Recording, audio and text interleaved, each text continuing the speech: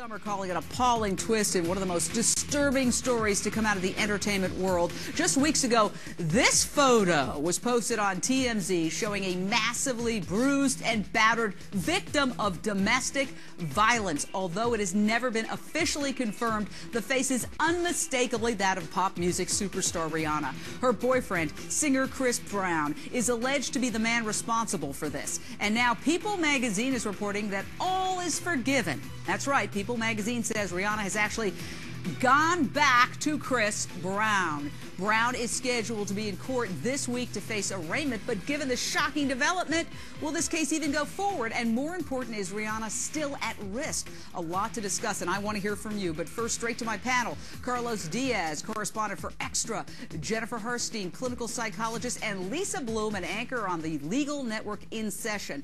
Lisa, how is their shocking and sudden apparent makeup going to affect the criminal case against Chris Brown? Well, it will probably destroy the case. Now, let me be clear. The district attorney can prosecute him for domestic violence, even if she no longer wants to cooperate. There is precedent for that. That has been done. They could get a conviction even if she does not want to testify. But as a practical matter for the LADA to bring a case against a big celebrity like Chris Brown without Rihanna's cooperation, forget it. I think the case will be over. And Carlos, I understand Diddy, also known as Sean Diddy Combs, had something to do with this reconciliation. Yeah, he provided his house on Star Island in Miami, in the Miami area, for the two to kind of reconnect, if you will. And there are several photos and video of Chris Brown jet skiing without a care in the world around Star Island this weekend.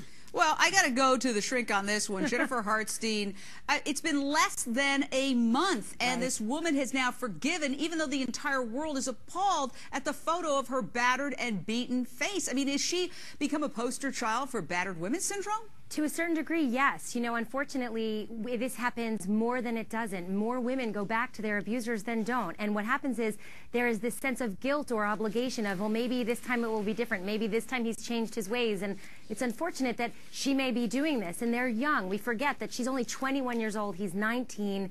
And there's still that teenage love thing happening for them. So it's unfortunate they're so famous. We forget that they're also very, very young people, and she may be getting ill-advised to go back, and her people are saying it's a bad idea, but it is a poster child for battered women in a lot of ways. Well, Jane. Lisa Bloom, I know you're a parent. Yes. You're probably appalled about this, as am I. Yes. I mean, this is a young woman. Look, she's beautiful. She's incredibly talented. I sympathize with her, but I also think that she does have a responsibility to realize this sends a terrible message to boys and girls about what to expect in male-female relationships. This is the moment that we talk to our kids and we say some people are positive role models and some people are negative role models. Rihanna is gorgeous and she's phenomenally talented as a musician, but she is a negative role model for what women should do if they are battered or abused by their boyfriends. I mean, make no mistake, he's accused of punching her in the face. He's accused of brutally beating her. And by the way, would Diddy and Kanye West be so forgiving if someone punched them in the face?